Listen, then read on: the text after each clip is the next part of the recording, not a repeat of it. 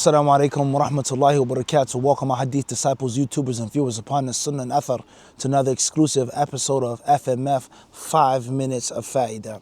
Bismillah, alhamdulillah, wa salatu wa salamu ala rasulillah. Imam Muslim has collected the narration of Suhaib radiallahu ta'ala anhu ardah with regards to the very long story of the king and the boy, the king and the sorcerer, the king and the magician. It's a very long hadith. There are several pages in Sahih Muslim that consume, or this story consumes several pages, full pages in Sahih Muslim. With regards to the king who had the sorcerer grew old. He feared that he would die soon and that his knowledge, his talents, his skills, his experiences will be lost. So he requested for the king to send to him a disciple, a young learner who would be willing and capable, and who would be worthy of inheriting his legacy of being the top wizard, the top magician, the top sorcerer of that king and in that kingdom. We're not here to talk about sihr, its evil and its impermissibility, and how Islam, the Quran and the Sunnah condemns, blames, shames, and curses people of sihr. As Allah Azza wa Jal tells us in the Quran, وَلَا يُفْلِحُ السَّاحِرُ, that the sahir, yani, حيث أتاه, however he comes, he's never successful. And many of the ulama of Islam, they have explained that this verse clearly proves that learning sihr and practicing it is kufr akbar, because Allah has negated any success for the sahir. And Allah tells us in another ayah, وَلَا يُفْلِحُ السَّاحِرُونَ, sorcerers and magicians are never ever successful. So we know what the Quran teaches us about sihr and the people of sihr. All right, the moral of the story is there was a king. He had this grand wizard, this grand sorcerer, and isn't that interesting? Grand wizard, huh? And how these different groups and sects and denominations, they have their hierarchies, and they have the names and the titles: superior general, grand master, right? Chief, commander in chief, and we have a grand wizard, huh? Why would they choose that name for the highest ranking person in their organization? A grand wizard. That's interesting. What's important is the man, he wanted to train somebody, someone who will be worthy, willing, and capable to become his heir, his disciple. And the king did just that. And we know the story goes on and tells us about how the boy, he rose in the ranks very quickly. Different people began to envy him. They became insecure in front of him. And how the young boy had another influence, all right? There was someone else that he went to and studied with when he passed by, or he would go on a road, and the way to the Sahir was the Rahib. It was a man of piety and a man of some type of wisdom and some type of knowledge. We all know that it's a well-known story and it's a long story. What's important is the boy began to heal people by the permission of Allah and cure people by the permission of Allah subhanahu wa ta'ala. And he began to follow the way of Tawheed, oneness, monotheism, and not that of his teacher, the Sahir, but instead of the other teacher of the Rahib. So towards the end of the hadith, after the king became mad and upset and insecure, he began to threaten the people and to, do harm to them, to burn them alive. Anyone who didn't relinquish, or anyone who didn't apostatize or leave his deen, anyone who didn't go to kufr and do away with iman and tawheed, he threatened them to burn them alive. Naam. So towards the end of the hadith, the ghulam, the young man, he said there was a woman who was carrying her baby after she saw the pits of the fire, right? The pits of the fire, the people being thrown in. مَنْ لَمْ يَرْجِعْ عَنْ دِينِهِ فَحْمُهُ فِيهَا. The hadith states, whoever doesn't throw away his religion, meaning his monotheism, then burn him alive. So the young, the lady, the woman with the child, she didn't want to, throw her baby into the fire or jump into the fire. She was hesitant. And it was said to her, the ghulam, he said to her, Ya ummi, isbiri, fa innaki ala al-haq. He said, be patient, O mother, for indeed you are upon the truth. I.e., if you know you got the truth, then you gotta be patient. And patience burns, it hurts. However, the value of the truth, the cost of the truth is such an expensive brand name, it's so gourmet that it deserves for you to exert everything and to spend everything that you have and you got in your possession, because the truth is that valuable. So let's just stop and think about this now. Isbiri fa innaki ala al-haq.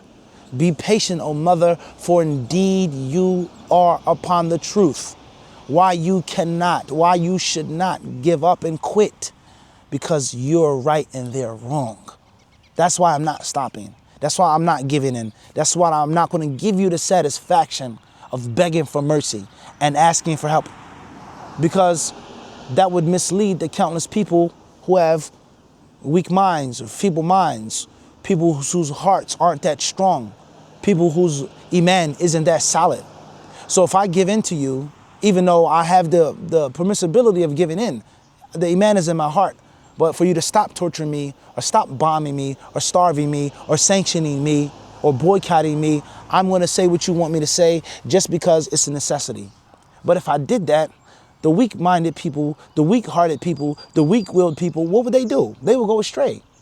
Imam Ahmad rahimahullah ta'ala, during that which is known as al-mihna or fitnatul qawl bi khalq al-Quran, the time in which the Muslim scholars were forced and coerced to say that the Quran was a created being of Allah, that the Quran was made, it was created by Allah, and it wasn't the speech of Allah subhanahu wa ta'ala that isn't created, one of his attributes.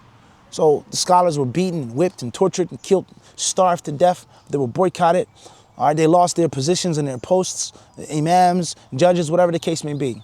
And many great imams of hadith, unfortunately, they fell into this mihna, this inquisition, the grand inquisition of those inquisitors. What do you say about the Quran? Is it makhluk? Is it created or not? What do you say about this attribute of Allah? So on and so forth. And of course, we know the history of the Mu'tazila, this deviant sect, and whether you like it or not, the sects that the Mu'tazila spawned.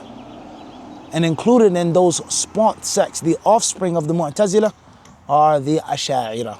The Ash'ari sect was spawned by the Mu'tazila sect. It isn't a matter of opinion.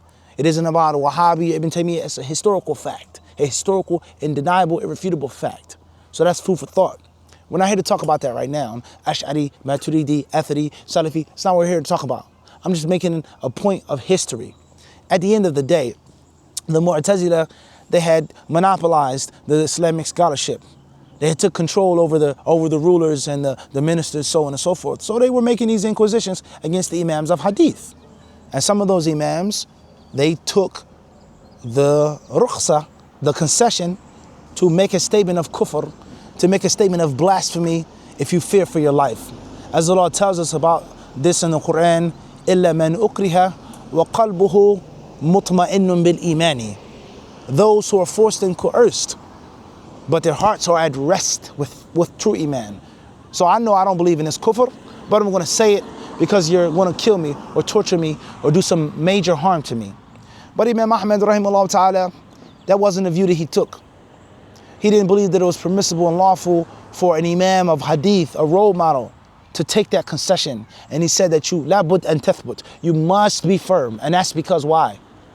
Not that you have the doubt or Allah doesn't know what's in your heart, but the people that look towards you, they see you collapse, they see you buckle, they see you fold. Because they have weak minds, simple minds, their heart isn't that strong, they don't have that much knowledge, they may now think, oh, well, that's the truth. The Quran is created because Imam Fulan said it. And this is why the Salaf al-Salih, they would say, ihdhar zallat al-hakim, beware of the slipping of a wise man. Zallat al-alim, the slipping of a scholar, beware. Because people, they look up to that person and they'll follow that person. So being patient upon the truth, not taking the concession, not giving up, not because we aren't tired of starving and being hurt and harmed, but because we have too many people that look towards us for courage. Too many people look up to us and say, dang, excuse my French, they say, damn, he's still standing firm against all odds. Look how they've been bombed and they're still resisting. They still haven't bent the knee. So that courage that you instill in others could be a means of Allah blessing you and rewarding you. So the boy, he said to the woman, Isbiri, he said, be patient because you're upon the truth, and the truth is worth all the patience. So this is applicable to every aspect of your life. Don't give in, don't quit, don't give up, because you have the truth with you.